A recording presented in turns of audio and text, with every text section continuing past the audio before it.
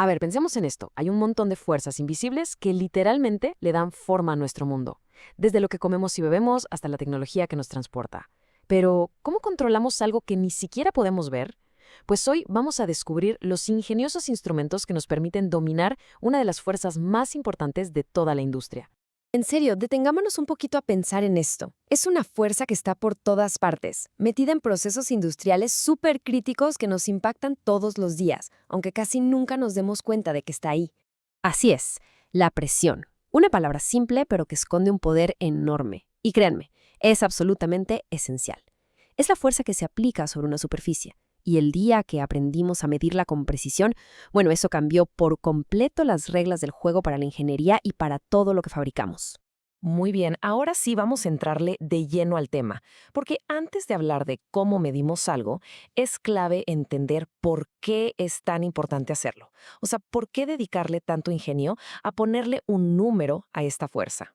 Pues porque tener un control exacto de la presión es vital para la seguridad y la calidad de casi todo. En las plantas petroquímicas, por ejemplo, un mal control puede terminar en desastres terribles.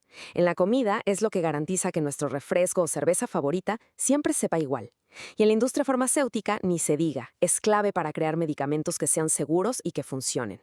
Es una pieza crítica en un montón de procesos que simplemente damos por hecho. Venga, vamos a empezar nuestro recorrido con el instrumento más visual, el más intuitivo de todos. Podríamos decir que es el abuelito de la medición de presión moderna y un ejemplo brillante de que a veces lo más simple es lo más eficaz. La idea detrás de esto es elegantemente sencilla. Piensen en cuando toman algo con un popote. El principio es el mismo. Una fuerza que viene de afuera puede mover una columna de líquido. Y ese movimiento, ese desplazamiento, nos está diciendo algo. Y su funcionamiento es una verdadera belleza por lo simple. No necesita electricidad, no tiene piezas complicadas que se puedan romper. La presión simplemente empuja el líquido, y la diferencia de altura, que podemos ver y medir con una regla, nos da la lectura. Es la física en su estado más puro y visible. Ok, ahora vemos un brinco a un instrumento mecánico un poco más avanzado. Aquí, la clave ya no es un líquido, sino una pieza que es elástica, que es flexible y que reacciona a la presión de una forma muy particular. A ver, imaginen la piel de un tambor. Cuando uno le pega, vibra, se deforma, ¿cierto? Pues un diafragma funciona de una forma muy parecida. La presión lo empuja y hace que se doble. Lo interesante de verdad es cómo ese pequeño movimiento se convierte en una medida que podemos leer fácilmente. Entonces, el chiste aquí es que convertimos la presión en un movimiento físico que sí podemos medir. Esa flexión del diafragma mueve una serie de engranes y palanquitas que, al final, son las que mueven la aguja en el medidor que vemos. Es un mecanismo súper ingenioso. Y ahora sí damos un salto tecnológico muy importante. Dejamos atrás los aparatos que son puramente mecánicos para meternos de lleno al mundo electrónico. Y aquí es donde la medición se vuelve muchísimo más precisa y útil. Pensemos en una liga. Cuando uno la estira, no solo se hace más larga, sino que también se vuelve más delgadita. Pues algo muy parecido pasa con los materiales conductores de electricidad. Cuando se estiran, o sea, cuando se tensionan, su resistencia eléctrica cambia. Y ese cambio, por mínimo que sea, es justo lo que medimos.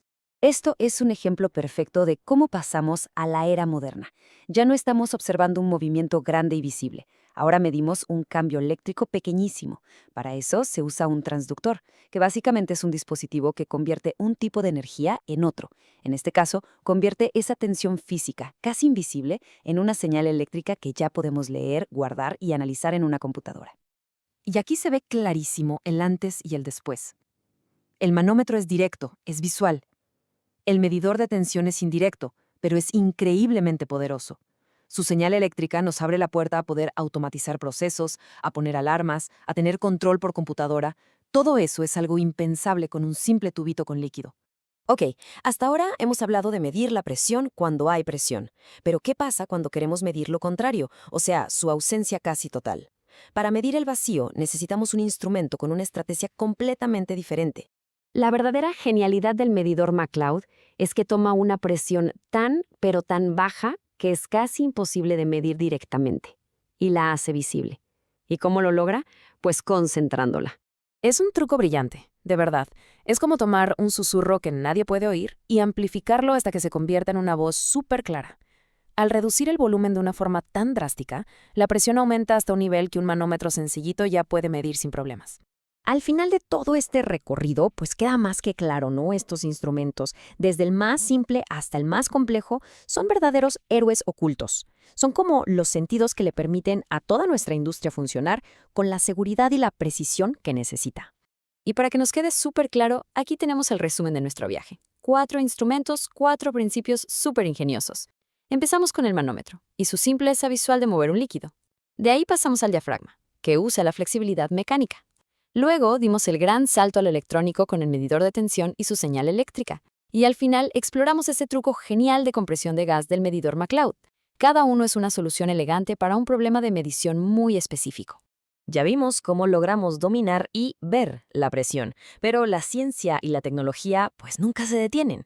La próxima gran innovación podría depender de que aprendamos a medir algo que hoy nos parece tan invisible como alguna vez lo fue la presión. La gran pregunta es, ¿qué será?